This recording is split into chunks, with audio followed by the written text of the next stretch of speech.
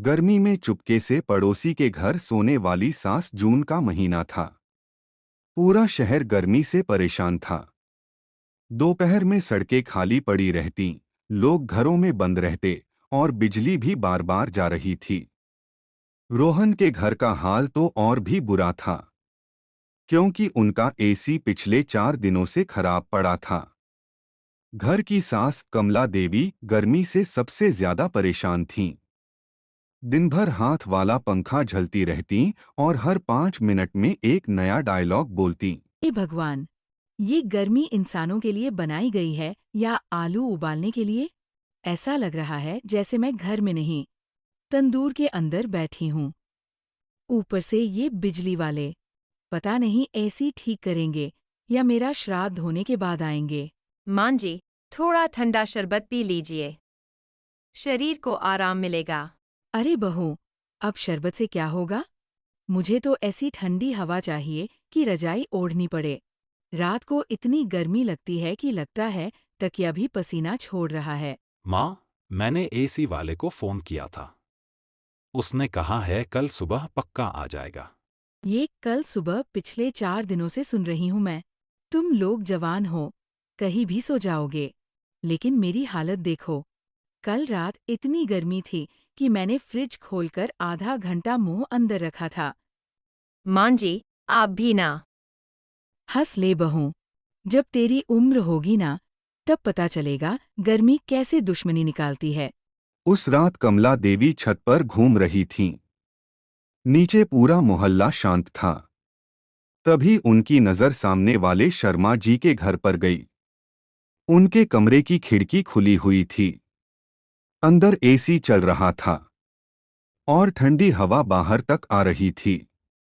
कमला देवी वहीं खड़ी खड़ी हवा महसूस करने लगीं। हाय राम, ये हवा है या स्वर्ग का दरवाजा खुल गया है?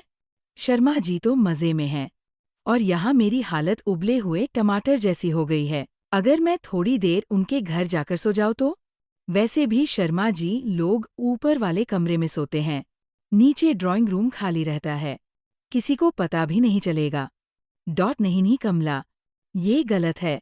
लेकिन इतनी गर्मी में इंसान क्या क्या नहीं करता। बस थोड़ी देर जाकर आराम कर लूंगी। सुबह होने से पहले वापस आ जाऊंगी। रात के 12 बज चुके थे। पूरा घर गहरी नींद में था। कमला देवी ने धीरे से अपना तकिया उठाया, चादर मोड़ी और चोरी चोरी कमरे से बाहर निकलने लगीं। कमला देवी, आज तुम्हारी जिंदगी का सबसे बड़ा मिशन है। अगर पकड़ी गई ना तो पूजा जिंदगी भर ताना मारेगी। भगवान, ये दरवाजा भी आज ही गाना गाने लगा। बस, अब कोई जागना नहीं चाहिए।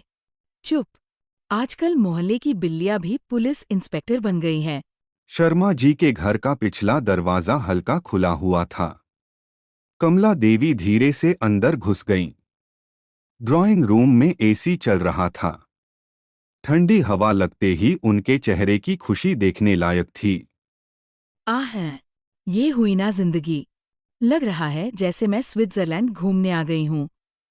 कमला देवी, बस 5 मिनट आराम करूंगी, फिर चली जाऊंगी। खर्रर, घूं, खर्रर, घूं। ऊपर कमरे में सो रहे शर्मा जी अचानक खर्राटों की आवाज सुनकर जाग गए। अरे भगवान! नीचे कोई आवाज आ रही है। चोर होगा क्या? लेकिन चोर इतने आराम से खर्राटे थोड़ी मारता है। अरे कमला भाभी, हे भगवान, ये तो हमारे सोफे पर राजकुमारी की तरह सो रही हैं। इतने में शोर सुनकर पूजा और रोहन भी वहां पहुंच गए। कमला देवी की नींद खुली और सामने सबको देखकर उनके होश उड़ गए। मां जी, आप यहाँ क्या कर रही हैं? माँ, आप सच में पड़ोसियों के घर सोने आ गई थीं? वो मैं तो बस देखने आई थी कि शर्मा जी का ऐसी सही चल रहा है या नहीं। हाँ भाभी, और चेक करते करते इतनी गहरी नींद आ गई कि पूरा मोहल्ला जाग गया। मां जी, आपने हमें जगा दिया होता, हम कुछ इंतजाम कर देते। अरे बहू, इतनी गर्मी में इंसान का दिमाग काम करना बंद कर देता है। मुझे बस ठंडी हवा दिखाई दी और मैं चली आई। उस दिन के बाद कमला देवी पूरे मोहल्ले में मशहूर हो गईं। जब भी गर्मी बढ़ती, शर्मा जी मजाक में कहते, भाभी जी, हमारा सोफा आज भी आपके इंतजार में है। और पूरा मोहल्ला हंसी से गूंज उठता।